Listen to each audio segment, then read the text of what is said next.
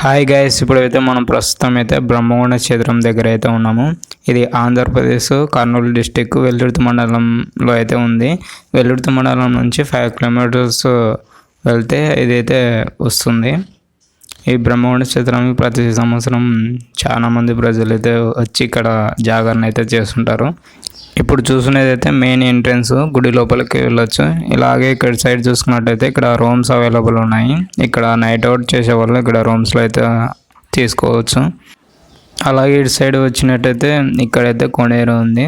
ప్రజలైతే ఇక్కడ స్నానం చేసి గుడి లోపల వెళ్ళి శివుడిని అయితే దర్శనం చేసుకుంటారు. మా చిన్నప్పుడు అయితే ఇక్కడ నీళ్ళు అనేటివి చాలా ఎక్కువ ఉండేది. ఇప్పుడైతే చాలా అంటే చాలా తగ్గిపోయినాయి.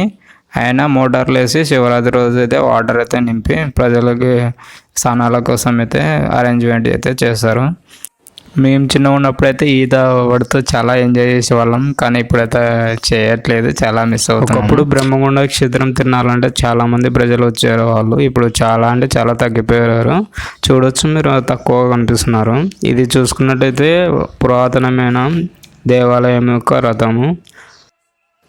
ఇటు సైడ్ చూసుకున్నట్టయితే ఇక్కడ డ్రామా అయితే వేస్తున్నారు. చుట్టుపక్కల పల్లెటూరు ప్రజలైతే వచ్చి ఇక్కడ డ్రామా అయితే చూస్తున్నారు. మనం కూడా చిన్నప్పుడు డ్రామాలు చూసి ఉంటాం, ఇప్పుడైతే చాలా తక్కువ అయినాయి. ఇక్కడ చూసుకున్నట్టయితే చెరుకు గడలు, మన చిన్నప్పుడు చెరుకు గడ తీసుకొని నవ్వులుకుంటూ అలా తిరునాళ్ళలో తిరిగి చాలా ఎంజాయ్ చేసేవాళ్ళము.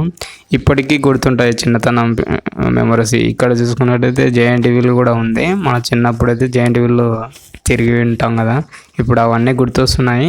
మీలో ఎంతమందికి గుర్తొస్తున్నావో కామెంట్ సెక్షన్లో కామెంట్ చేయండి. మనలో చాలామందికి జైంట్ వీల్ అనేది బెస్ట్ ఎక్స్పీరియన్స్గా ఇప్పటికీ ఉండి ఉంటుంది.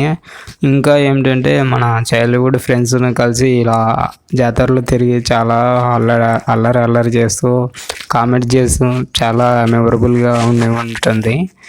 సో చాలామంది మిస్ అవుతుంటారు మీ ఫ్రెండ్స్ను కూడా. ఒకసారి ఇలా జాతరలో అయితే ఎంజాయ్ చేయండి. ఇక్కడ గుడి ఎంట్రన్స్ దగ్గర చాలా రద్దీగా ఉన్నారు ప్రజలు, భక్తులు ఎక్కువగా ఉండడం వల్ల గుడి లోపల వెళ్ళడానికి అయితే ట్రై చేశాను. కానీ ఏమంటే ఎక్కువ మంది ఉండడం వల్ల బయట నుంచే షూట్ చేశాను ఫ్రెండ్స్, ఏమనుకోవద్దండి.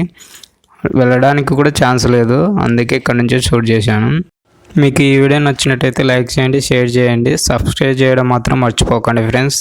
Thank you.